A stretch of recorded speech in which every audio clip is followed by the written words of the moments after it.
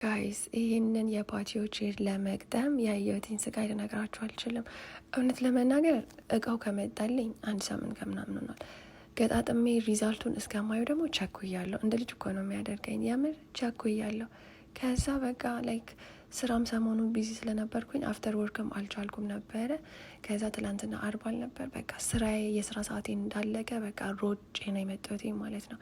የሚያናድደው ነገር ውጩ ቅዝቃዜው ልነግራችሁ አልችልም፣ ንፋሱ ልነግራችሁ አልችልም። በጣም ነበር የሚበርደው።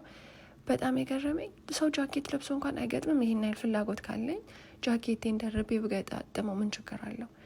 እኔስ በቃ ረሱቻለሁ ማለት ብርዱን ይሰማኛል፣ ግን እስቲል በቃ እኔ እድለኛ ነኝ። ባይዘይ በተፈጥሮዬ አንድን ነገር ከያዝኩኝ ካልጨረስኩኝ ህመሜ ላይ እታመማታለሁ እንጂ ወደኋላ አልልም ማለት ነው። ኤኒዌይ ብርድ ውስጥ ገጣጥሜ ጨርሼዋለሁ። ሪዛልቱን በጣም ነው የወደድኩትኝ። ስታምር ቼሯ ቡና ማስቀመጫ አላት። ካፓችሁን ምናምን ቡና እየጠጣችሁ ምናምን የምታስቀምጡበት መሀል ላይ አላት። እንትኑ ራሱ ስፖንጁ ራሱ በጣም ኮንፈርታብል ነው። በጣም ነው ደስ የሚለው። ኦ ማይ ጋድ እንዴት እንደወደድኩትኝ እርግጠኛ ነኝ። ለመግቢያ በሪ ላይ እንፈልጋለሁ። እንትን አለን፣ ምንድን ነው የሚባለው ይሄ?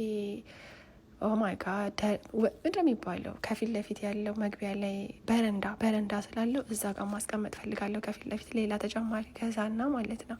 ያ ከወደዳችሁ ሊንኩን አስቀምጠላችኋለሁ። በጣም ነው ወዳችሁ። መልካም ቅዳሜ ባይ